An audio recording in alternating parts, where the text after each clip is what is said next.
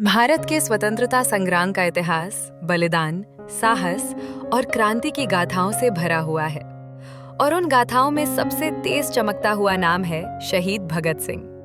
वे केवल एक क्रांतिकारी नहीं थे, बल्कि एक ऐसे विचार थे जिसने गुलामी की जंजीरों में जकड़े भारत को जागने की आवाज दी।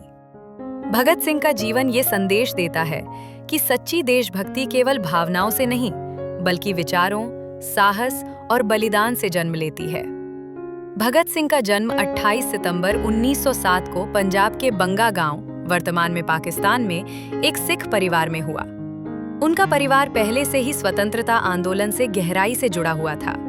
उनके पिता किशन सिंह और चाचा अजीत सिंह दोनों ही क्रांतिकारी विचारों से प्रभावित थे, जिसका असर बचपन से ही भगत सिंह के मन और सोच पर पड़ा। देशभक्ति उनके लिए किसी पाठ्य पुस्तक का विषय नहीं थी, बल्कि घर के वातावरण में सांस लेने जैसा स्वाभाविक गुण था। बहुत कम उम्र में ही भगत सिंह ने अंग्रेजी शासन की क्रूरता और अन्याय को समझ लिया था। जलियांवाला बाग हत्याकांड ने उनके मन पर गहरा प्रभाव डाला और उसी दिन उन्होंने अपने जीवन को देश की आजादी के लिए समर्पित करने का संकल्प लिया। वे निडर, बुद्धिमान और प्रखर वक्ता थे, जिन्होंने कलम और बंदूक दोनों को क्रांति का माध्यम बनाया।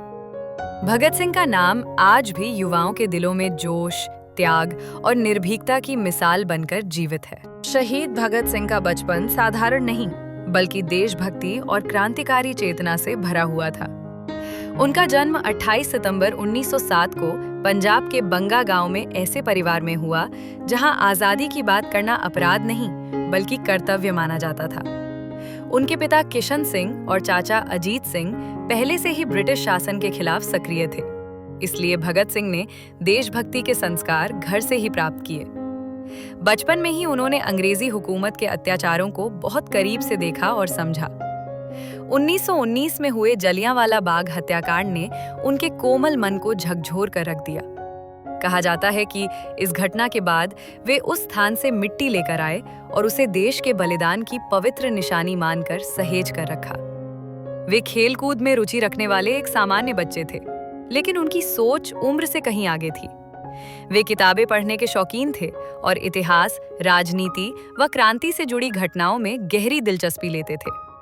धीरे धीरे बचपन का ये संवेदनशील और जिज्ञासु बालक एक ऐसे क्रांतिकारी व्यक्तित्व में ढलने लगा जिसके लिए देश की आजादी सबसे बड़ा सपना बन गई। भगत सिंह का बचपन ये सिद्ध करता है कि महान व्यक्तित्व अचानक नहीं बनते, बल्कि उनके बीज बचपन में ही पड़ जाते हैं। शहीद भगत सिंह की स्कूली शिक्षा उनके वैचारिक निर्माण की एक महत्वपूर्ण कड़ी थी, जिसने उन्हें केवल पढ़ा लिखा नहीं, बल्कि एक जागरूक और क्रांतिकारी विचारक बनाया।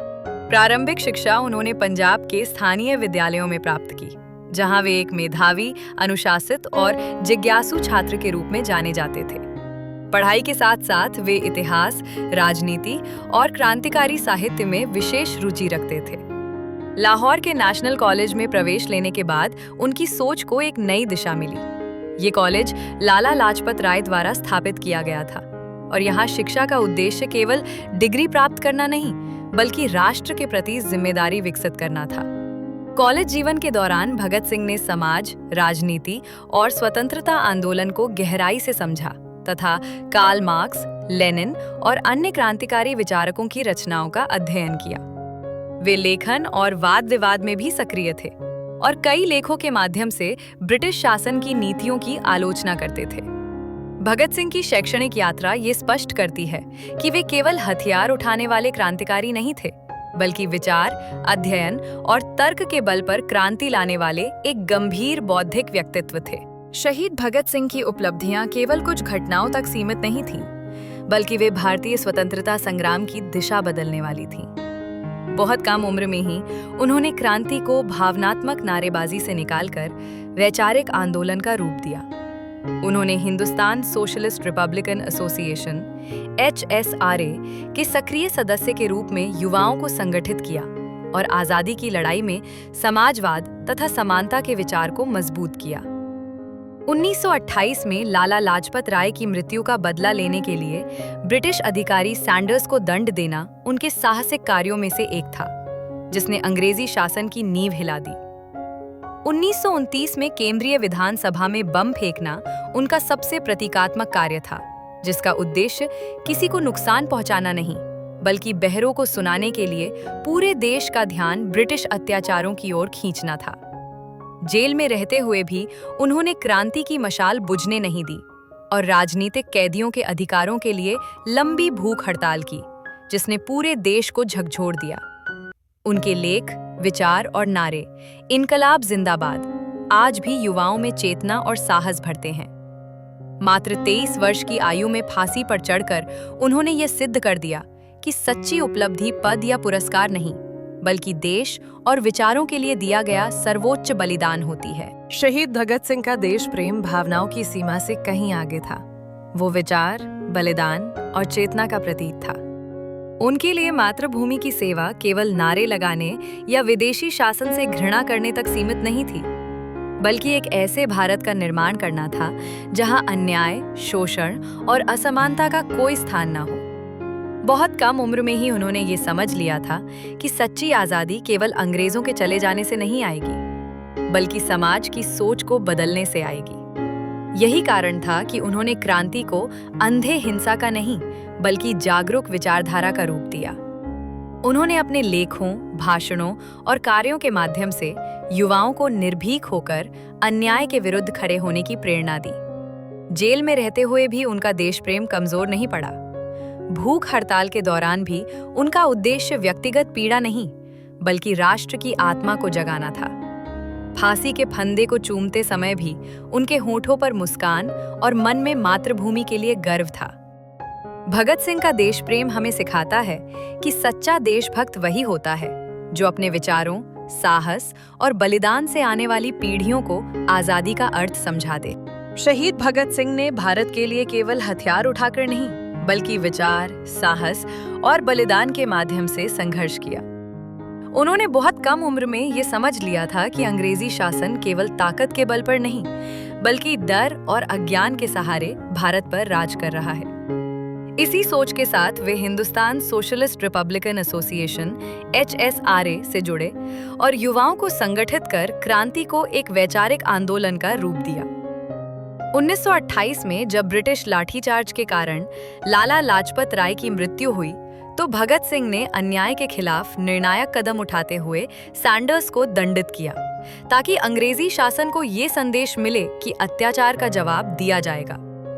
1929 में उन्होंने केंद्रीय विधानसभा में बम फेंका, लेकिन वो बम किसी को मारने के लिए नहीं, बल्कि बहरों को सुनाने के लिए था, ताकि पूरा देश जागे और ब्रिटिश नीतियों पर ध्यान दे। गिरफ्तारी के बाद भी उन्होंने संघर्ष नहीं छोड़ा।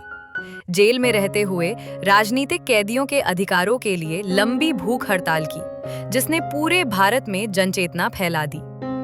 फांसी का भय भी उन्हें डरा नहीं सका, क्योंकि उनके लिए देश की आजादी व्यक्तिगत जीवन से कहीं अधिक मूल्यवान थी। भगत सिंह का संघर्ष ये सिद्ध करता है कि उन्होंने भारत के लिए तलवार से नहीं, बल्कि अपने विचारों, निर्भीकता और सर्वोच्च बलिदान से लड़ाई लड़ी। शहीद भगत सिंह की मृत्यु भारतीय इतिहास की सबसे गौरवपूर्ण और हृदय विदारक घटनाओं में से एक है। अंग्रेजी सरकार उनके विचारों और प्रभाव से इतनी भयभीत थी कि उन्हें जीवित रखना सत्ता के लिए खतरा बन गया था।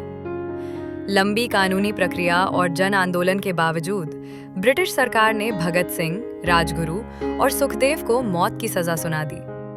23 मार्च 1931 की रात, जब पूरा देश उनकी रिहाई की उम्मीद लगाए बैठा था, उसी अंधेरी रात में तीनों क्रांतिकारियों को चुपचाप फांसी दे दी गई।